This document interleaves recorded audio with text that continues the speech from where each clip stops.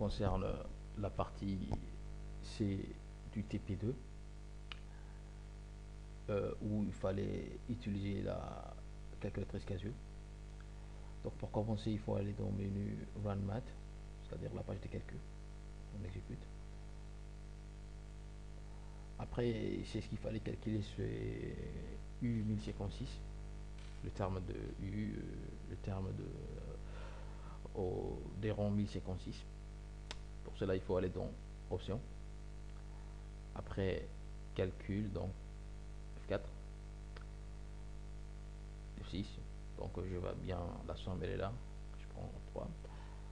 Donc en premier lieu, il faut écrire la formule. La formule c'était 1 sur P facteur de P plus 1. Donc c'était 1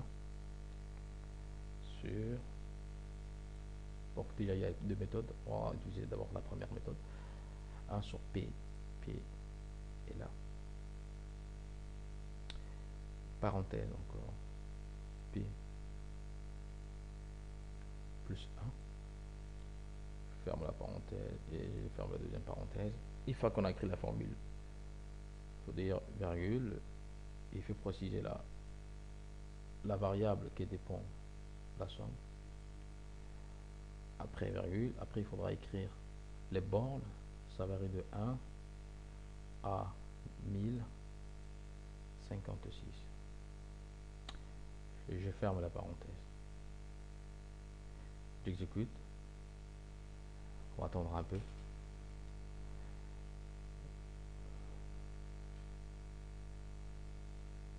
Et ça nous donne 1056 sur 1057. Je peux faire par une autre méthode en changeant de mode. Pour cela, il faut aller dans Shift, menu. On change le menu linéaire en mode math. Donc on prend le mode math. J'exécute. Option, calcul. Voilà bien. Je prends la somme maintenant. Maintenant la somme elle est sous une autre forme. Là, je dois écrire la formule. La formule c'était 1 sur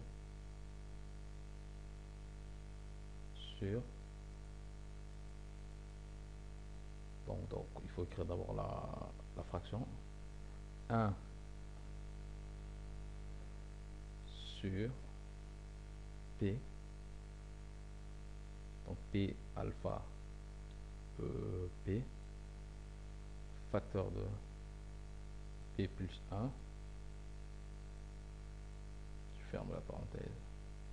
Là je dois écrire P, là je dois écrire 1 et en haut je dois écrire 1056 et on touche à chaque fois ici pour passer à une autre pour passer à ces trois carrés. Là je dois écrire P, là je dois écrire 1 et en haut je dois écrire 1056. J'exécute.